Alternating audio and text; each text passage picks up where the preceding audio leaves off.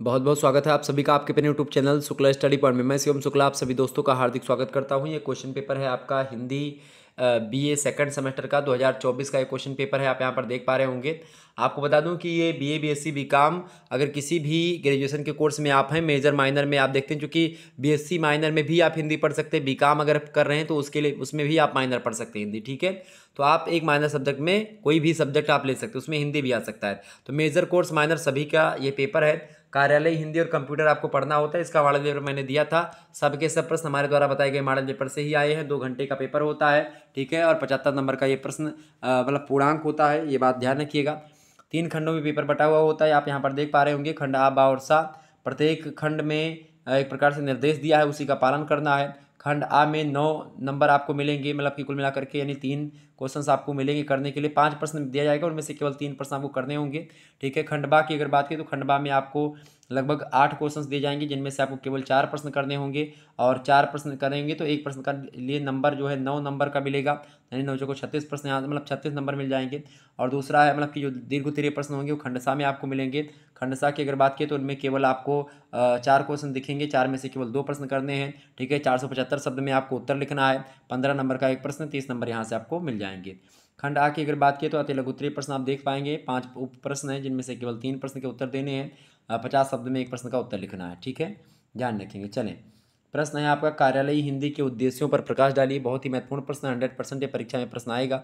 पिछले 2 वर्षों से लगातार ये विश्वविद्यालय में प्रश्न पूछे जा रहे हैं, तो आप इस प्रश्न को रट लीजिएगा। दूसरा प्रश्न है कार्यालय आदेश से क्या समझते हैं, इसको भी आप रट डालिएगा। बहुत ही महत्वपूर्ण प्रश्न, टिप्पण और टिप्पणी में क्या अंतर है। टिप्पण जो होता है ये लिखने की प्रक्रिया होती है, टिप्पणी उसका प्रतिफल होता है। मैंने कई बार इन चीज़ों को समझाया हुआ है, तो ये भी प्रश्न आ गया। पल्लवन मैंने कई बार आपको बताया, पल्लवन का मतलब होता है कि कोई सूक्ति है, कोई मुहावरा है, कोई दोहा है।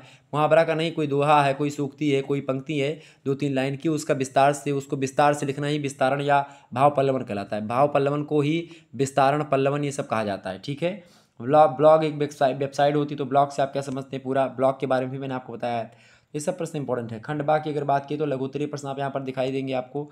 7 उप प्रश्न है कि केवल उनमें से केवल 2 प्रश्न आपको कर मतलब केवल 4 प्रश्न करने हैं। 9 नंबर के एक प्रश्न होंगे। ठीक है, 225 शब्दों में एक प्रश्न का उत्तर लिखना है। संकल्प से आप क्या समझते हैं, उदाहरण देकर के समझाइए। बहुत ही महत्वपूर्ण प्रश्न है, परीक्षा में ये प्रश्न पूछा जाएगा।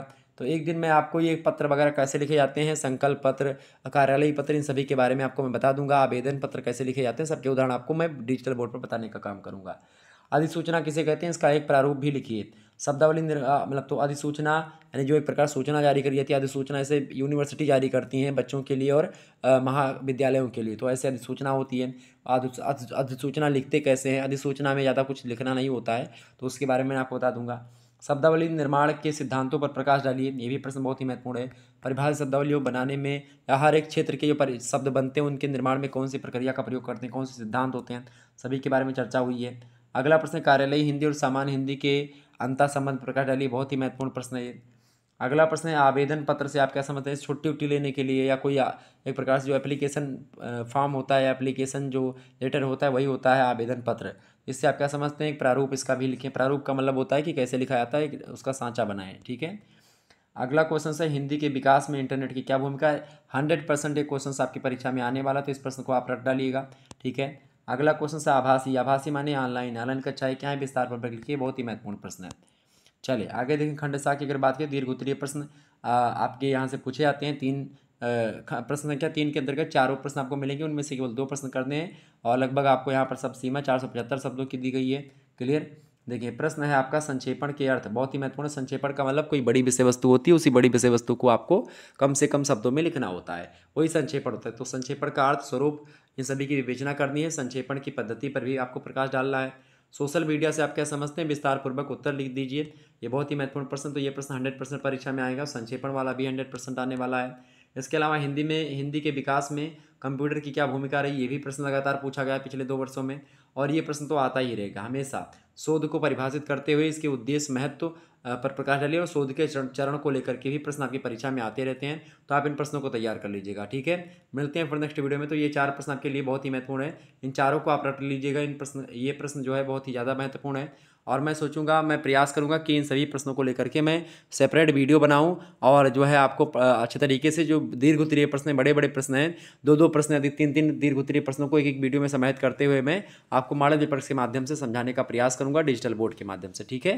तो आपको वहाँ पर सारी चीज़ें क्लियर होंगी, उत्तर भी उसके लिखे हुए मिलेंगे और आपको बड़ी आसानी होगी पढ़ने में, ठीक है। तो आप इन प्रश्नों को तैयार कर लीजिएगा, आपकी परीक्षा की दृष्टि से बहुत महत्वपूर्ण। जिनकी परीक्षा लिखित होती है उनके लिए यह लेक्चर बहुत ही महत्वपूर्ण है और ऐसे ही प्रश्न आपकी परीक्षा में आएंगे। बहुत बहुत धन्यवाद।